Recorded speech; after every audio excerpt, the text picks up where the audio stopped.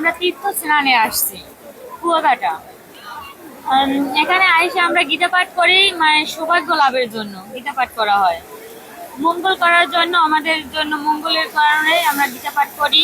প্রথমে তেল সিঁদুর পান আমরা এই গঙ্গা মাকে দিছি, তারপর এখানে ধূপকাঠি ধরাইছি, আগরবাতি ধূপকাঠি, তারপর আমি গীতা পাঠ করি।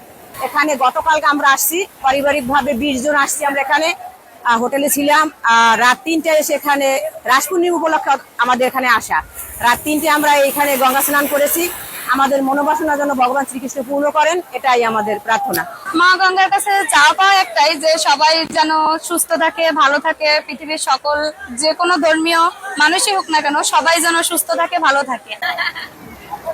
আমাদের রাসমেলা আয়োজনে গতকাল 4 তারিখ 4 নভেম্বর রোজ মঙ্গলবার 9টা 22 থেকে আমাদের উদ্বোধনী অনুষ্ঠান থেকে সাংস্কৃতিক অনুষ্ঠান, রাসমেলার ধর্মীয় পদাবলী কীর্তন এবং ভক্ত সেবা, আজকে সকালে পূর্ণিমা তিথিতে সাগর স্নান এবং আজকে রাতেও ধর্মীয় পদাবলী কীর্তন এবং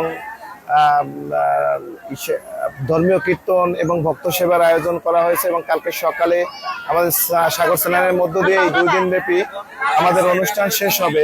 পুরো কুয়াকাটায় যেসব স্পটে পর্যটক এবং পূর্ণার্থীরা আগমন করেছে সেসব দিক মাথায় রেখেই আমরা নিরাপত্তার চাদরে এই কুয়াকাটাকে ঢেকে রেখেছি।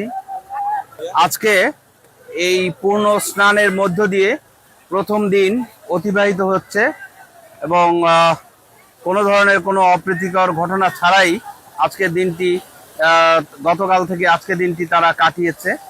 আশা করছি যাতে আজ ভোর রাত পর্যন্ত এই যে পূর্ণ স্নানের তিথি চলবে, তারা যাতে সুন্দর মতে এবং নিরাপত্তার সাথে তারা এই অনুষ্ঠান সম্পন্ন করতে পারে সে ব্যাপারে